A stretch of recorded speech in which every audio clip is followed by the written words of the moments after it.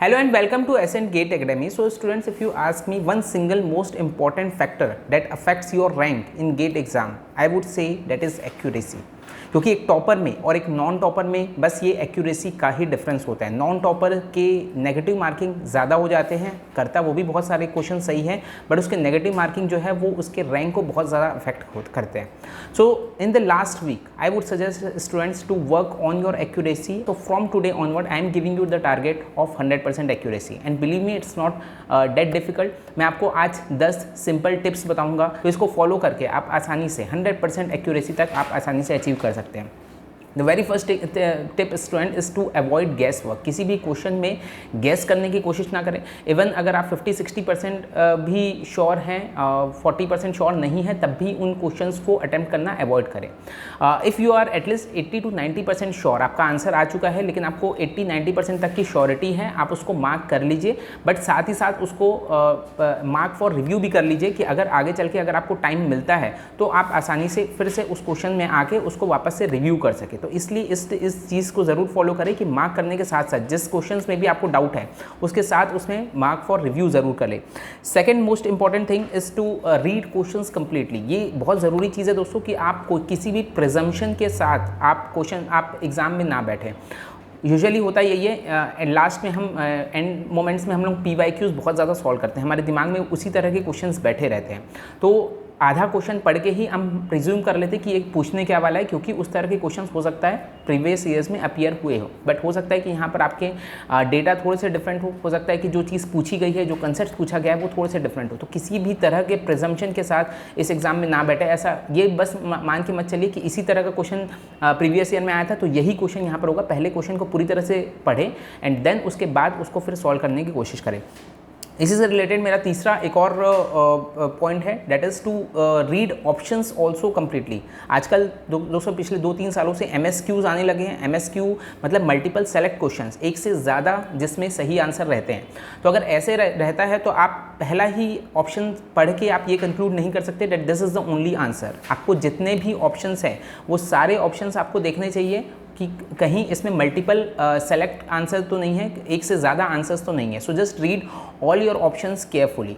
जो numerical type question है उसमें तो आप डायरेक्ट डाल सकते हैं, उसमें 0 नेगेटिव मार्किंग रहती है। इनफैक्ट MSQ में भी 0 नेगेटिव मार्किंग रहती है, लेकिन ये ज़रूरी है कि आप सारे ऑप्शंस को सही पढ़े। जितने ऑप्शंस हैं वो पूरे अगर आप सही करते हैं तो ही आपकी पॉजिटिव मार्किंग होती है, अदरवाइज नहीं होती है।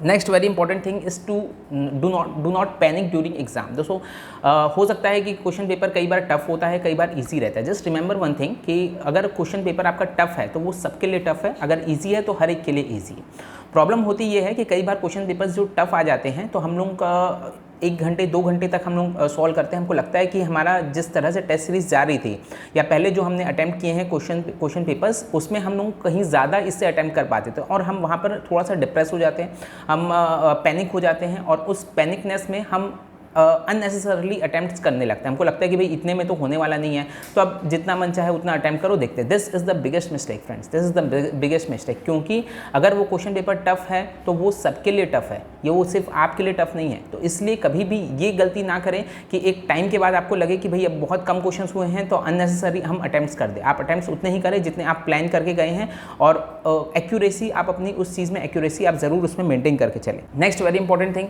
Is to follow 3 stage method. ये बहुत ज़रूरी चीज़ है दोस्तों कि कोई भी क्वेश्चन आपका अननेसेसरली कोई भी क्वेश्चन छूटना नहीं चाहिए। तो इसके लिए आप 3 स्टेज प्रोसेस फॉलो कर सकते हैं।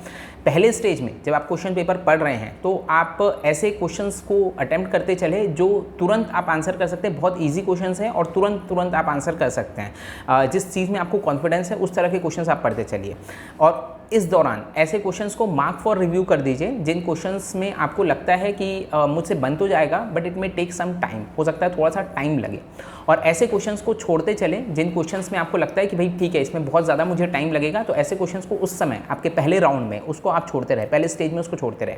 फिर जब आप सेकंड स्टेज में आएंगे, जब आप सेकंड राउंड में आएंगे, तब ऐसे क्वेश्चंस को सॉल्व करें जो थोड़े से टाइम टेकिंग है। आप कॉन्फिडेंट तो हैं उसमें, आपको फॉर्मुलेज वगैरह याद है, बट आपको लगा था कि वो थोड़े से लेंदी जा सकते हैं, थोड़े से टाइम टेकिंग टेकिंग है, तो उन क्वेश्चंस को आप सेकेंड राउंड में अटेम्प्ट करें एंड देन उसके बाद अगर आपका टाइम बचता है तो थर्ड राउंड में आइए एंड देन थर्ड राउंड में आप उन क्वेश्चंस को ट्राई करिए, कोशिश करिए बनाने की जिन क्वेश्चंस में आपको लगता है कि या तो आप पढ़े नहीं हैं या फिर हो सकता है टाइम बहुत ज़्यादा लगे, तो ऐसे क्वेश्चंस को आप थर्ड राउंड में करिए। अदरवाइज होता क्या है कि कुछ क्वेश्चंस में हम लोग शुरू में, ये एक कॉमन मिस्टेक है ज़्यादातर स्टूडेंट्स की, शुरू में हम कुछ क्वेश्चंस में उलझे रह जाते हैं और इनफैक्ट गेट एग्जाम चाहती ही यही है कि आप कुछ क्वेश्चंस में उलझे रह जाएं, उस तरह के क्वेश्चंस उसमें फ्रेम किए जाते हैं और होता यह है कि लास्ट में जो अच्छे क्वेश्चंस रहते हैं वो हम उन क्वेश्चंस तक पहुंच ही नहीं पाते। लास्ट में हमको अखरता है कि भाई इस क्वेश्चन तक तो हम पहुंच नहीं पाए, जबकि ये पूरा पोर्शन मेरा पड़ा हुआ था। तो इसलिए इस 3 राउंड फॉर्मूला, 3 स्टेज फॉर्मूला को ज़रूर फॉलो करें।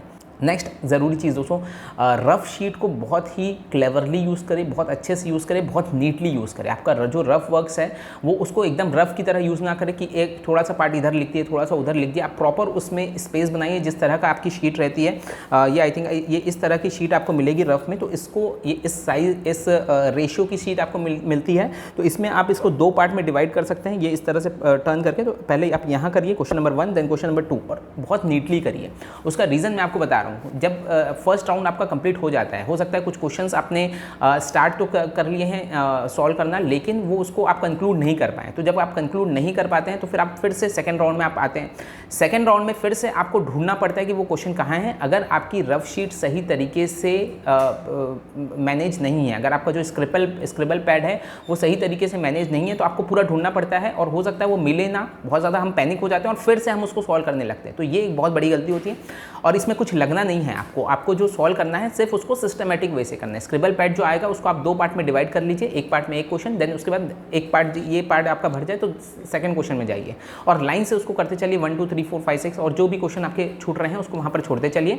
उसके लिए थोड़ी सी जगह भी छोड़ दीजिए हो सके तो, और फिर आगे बढ़ते जाइए। तो ये एक क्लेवर चीज़ होती है, छोटी सी चीज़ है बट बहुत क्लेवर चीज़ है, आप आसानी से इस चीज़ को मैनेज कर सकते हैं। Next important thing is to have the mistake copy. अगर आपकी कोई मिस्टेक कॉपी है तो अभी आप at this point of time and moment में बहुत ज़्यादा नए टॉपिक्स मत करिए, उन मिस्टेक कॉपी से पढ़ने की कोशिश करिए। जो मिस्टेक्स आपने पहले की हुई है, प्रोबेबिलिटी यही रहती है कि वही मिस्टेक्स आप रिपीट करेंगे। तो इसलिए अगर आपने मिस्टेक कॉपी, इसलिए हम शुरू से बोलते आए हैं आपको कि मिस्टेक कॉपी हमेशा आपको बनानी चाहिए। तो अगर आपने मिस्टेक कॉपी वो बनाई है तो उन मिस्टेक कॉपी से पढ़िए और एंड मोमेंट तक उस चीज़ को पढ़िए कि कहाँ पर आपसे मिस्टेक होती है। उन मिस्टेक्स को अब आपको अवॉइड करने की कोशिश करना है।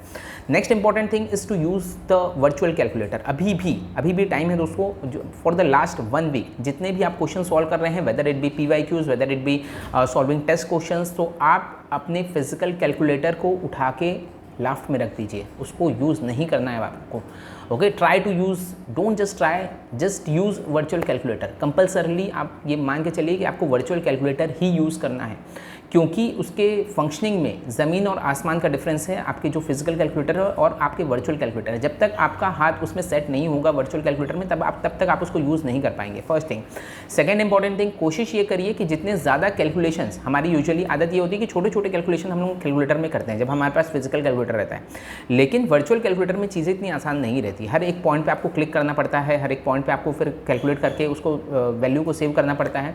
तो ये थोड़ा सा मुश्किल जाता है वर्चुअल कैलकुलेटर। तो कोशिश करिए, अवॉइड करने की कोशिश करिए, जितना ज़्यादा कैलकुलेशन हो सके कैलकुलेटर से अवॉइड करिए। वो आप मन में जितना ज़्यादा कर सके उतना अच्छा है, ऑब्वियसली एक्यूरेसी को मेंटेन करते हुए। Next very important thing is to manage time properly. ये एक और बहुत बड़ी प्रॉब्लम होती है कि शुरू के जो 1 आवर रहते हैं हम थोड़ा सा आराम से करते हैं क्वेश्चंस को, देन उसके बाद का जो 1 घंटा रहता है हम थोड़ा सा जागते हैं उसमें, एंड देन लास्ट के 1 घंटे में हम लोग पैनिक में करते हैं क्योंकि बहुत कम टाइम बचता है। तो ये आपको from the first question onward, very important thing, first question onward आपको टाइम और एक्यूरेसी अपनी मेंटेन करते हुए चलना है through out the paper. Otherwise हम शुरू में बहुत स्लो करते हैं एंड देन उसका हमको खामियाजा भुगतना पड़ता है लास्ट में। तो इस चीज़ को बिल्कुल अवॉइड करिए। फ्रॉम फर्स्ट क्वेश्चन ऑनवर्ड उसी तरीके से जैसे आपने प्लान किया है उसी तरीके से सॉल्व करें। ऐसा नहीं कि शुरू में हम एक्यूरेसी बहुत ज़्यादा करने के चक्कर में आराम से करें। अपने माइंड को पूरी तरह से अलर्ट रखिए फ्रॉम फर्स्ट क्वेश्चन ऑनवर्ड, और उसको अपनी स्पीड को, और जब भी आप टेस्ट देते हैं इस चीज़ को आप नोट करके रखिए कि कितने क्वेश्चंस में आपको कितना टाइम लग रहा है और कितने टाइम तक आपके 1 मार्क के क्वेश्चन हो जाने चाहिए, 2 मार्क के क्वेश्चन हो जाने चाहिए। तो अगर आपको लग रहा है कि आप बहुत ज़्यादा पीछे हो रहे हैं तो वहीं से थोड़ी देर में चेक करते रहें अपनी घड़ी से कि आप बहुत ज़्यादा डिले तो नहीं कर रहे हैं। अगर कर रहे हैं तो वहीं से फिर स्पीड को मेंटेन करना शुरू करिए। So these are few points students, बहुत छोटे पॉइंट्स हैं बट बहुत इंपॉर्टेंट पॉइंट्स हैं, with the help of which you can avoid negative marking completely and you can achieve 100% accuracy. I wish you all the very best for your GATE exam. Jai Hind.